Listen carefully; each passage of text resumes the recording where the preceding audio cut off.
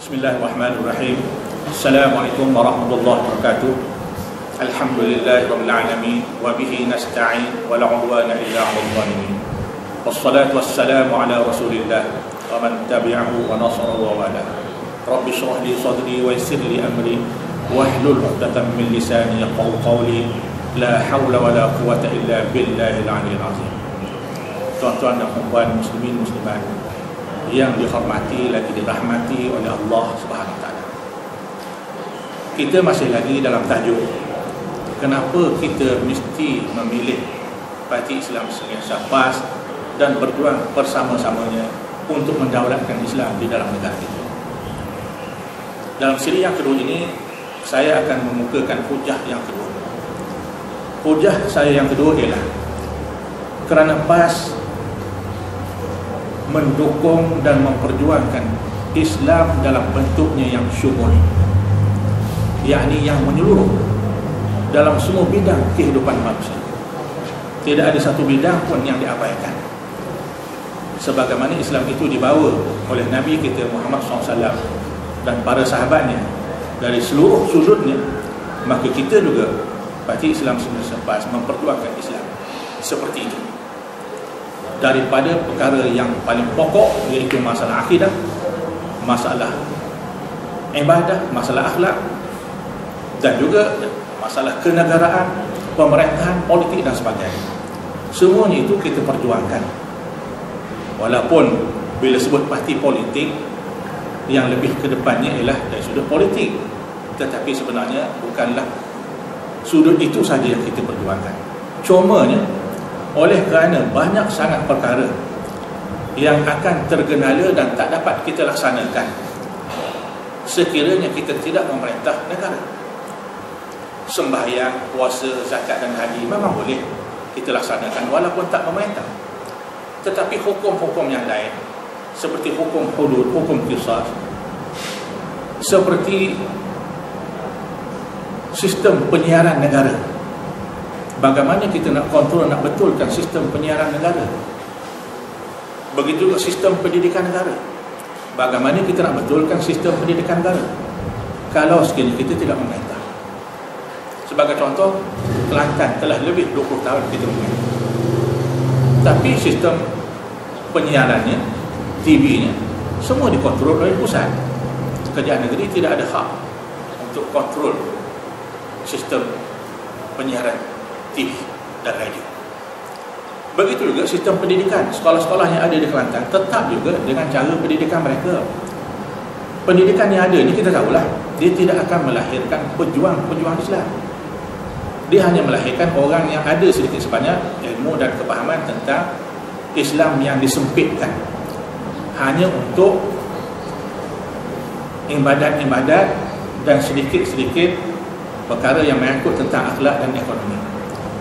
Yang lain-lain itu tidak dititik beratkan, sehingga mereka yang keluar daripada sistem yang ada ni memang tidak lahir sebagai pejuang. Sebab itulah orang yang lahir sebagai pejuang ini sebenarnya telah mendapat didikan di luar pusat-pusat pengajian.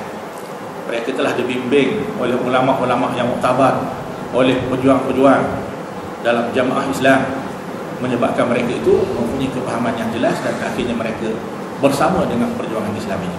Jadi kalau kita nak laksanakan Islam dalam bentuk yang syumul, memang kita tak dapat melaksanakannya kecuali kita ambil alih pemerintahan negara.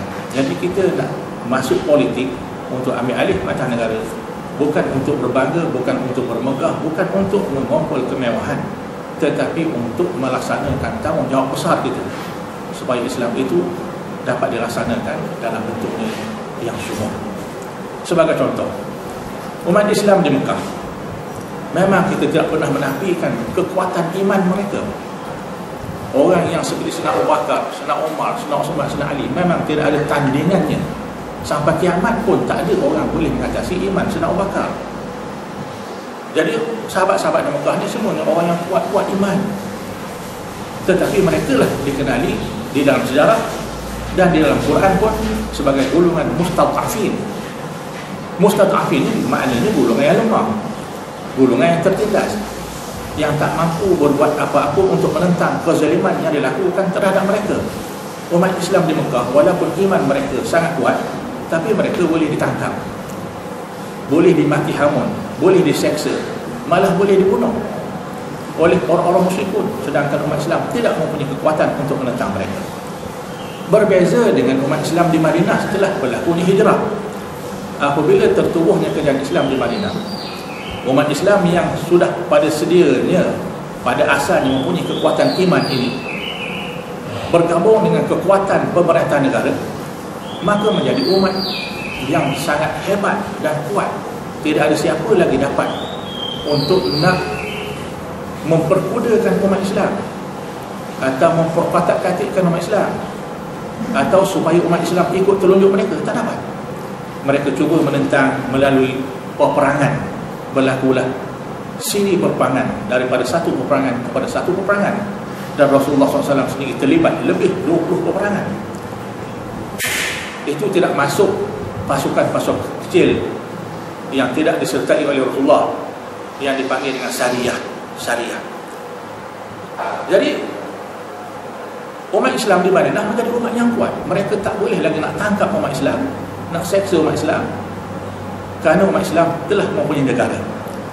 Dan Islam yang sumul, yang menyeluruh itu dapat dilaksanakan di dalam negara Islam di Madinah sehinggalah ke akhir hayat baginda. Baginda Nabi SAW tidak pernah lagi berhasrat untuk berhijrah daripada Madinah, kerana di Madinah ini telah terlaksana pemerintahan Islam, dan daripada Madinah ni boleh menyusun strategi dan sebagainya untuk menyampaikan Islam kepada seluruh dunia. Jadi Islam yang sumul inilah yang diperjuangkan oleh PAS pada hari ini. Islam yang sumul inilah yang seperti mana difirmankan oleh Allah SWT dalam Al-Quran, "Al-yawma akmaltu lakum dinakum wa atmamtu alaikum ni'mati wa raditu lakumul Islam dinan." Pada hari ini aku sempurnakan bagimu agamamu, aku cukupkan ke atasmu nikmatku, dan aku redha Islam menjadi agama untukmu. Bila Allah sebut pada hari ini, iaitu pada masa Nabi buat haji tahun yang 10, di akhir-akhir usia Nabi, turun ayat mengatakan, hari ini Islam telah aku sempurnakan, dan aku telah cukupkan nikmatku ke atasmu, dan aku redha Islam menjadi agama untuk kamu. Jadi Islam itu agama yang sempurna. Dengan firman Allah, kalau kita kata Islam itu hanya ada satu bahagian saja, atau 2-3 bahagian saja, akidah saja Islam, akhlak saja Islam, ibadat saja Islam, pemerintahan tak payah ambil Islam, ekonomi tak payah ambil Islam, kemasyarakatan tak payah ikut Islam, maka kita telah menafikan apa yang telah difirmankan oleh Allah, bahawa pada hari ini aku telah sempurnakan. Apa makna sempurna? Semua perkara ada dalam Islam, semua bidang ada dalam Islam, seperti mana yang dijelaskan oleh Al-Imam Hasan Al-Banna, pengasas Jamaah Ikhwan Muslimin, yang menjadi mursyidul am Al-Ikhwan Muslimin yang pertama. Al-Imam Hasan Al-Banna menyatakan dalam rukun bai'ah yang 10 kepada ahli-ahli ikhwan, dalam rukun yang pertama, iaitu rukun tentang faham, dia telah menyatakan bahawa kepahaman yang paling utama sekali yang mesti kita fahami ialah Islam, agama yang sumul, merangkumi seluruh aspek kehidupan. Islam adalah negara dan watan, atau pemerintahan dan umat. Islam adalah akhlak dan kekuatan, atau rahmat dan keadilan. Islam adalah kebudayaan dan undang-undang, atau ilmu dan kehakiman. Islam adalah material dan harta benda, atau usaha dan kekayaan. Islam adalah jihad dan dakwah, ataupun tentera dan fikrah. Islam ialah juga adalah akidah yang benar dan ibadah yang sah. Kerana Imam Hasan Banna melihat masyarakat Islam pada masa itu, sekitar tahun 1920-an, telah pun tak lagi memahami Islam dalam bentuknya yang menurut seperti itu, sehingga mereka meninggalkan perjuangan untuk mendaulatkan hukum Allah di dalam negara. Maka dia cuba membetulkan supaya kita kembali kepada kepahaman Islam yang sebenar. Bismillahirrahmanirrahim. Setakat ini, kerana masa tidak mengizinkan, InsyaAllah kita akan سبح sambung لله ما في السماوات وما في الأرض وهو العزيز الحكيم. Wassalamualaikum warahmatullahi wabarakatuh. يا أيها الذين آمنوا لم تقولون ما لا تفعلون كبر مقتا عند الله أن تقولوا ما لا تفعلون إن الله يحب الذين يقاتلون في سبيله صفا كأنهم بنيان مرصوص وإذ قال موسى لقومه يا قوم لم تؤذونني وقد تعلمون أني رسول الله إليكم فلما زاغوا أزاغ الله قلوبهم والله لا يهدي القوم الفاسقين.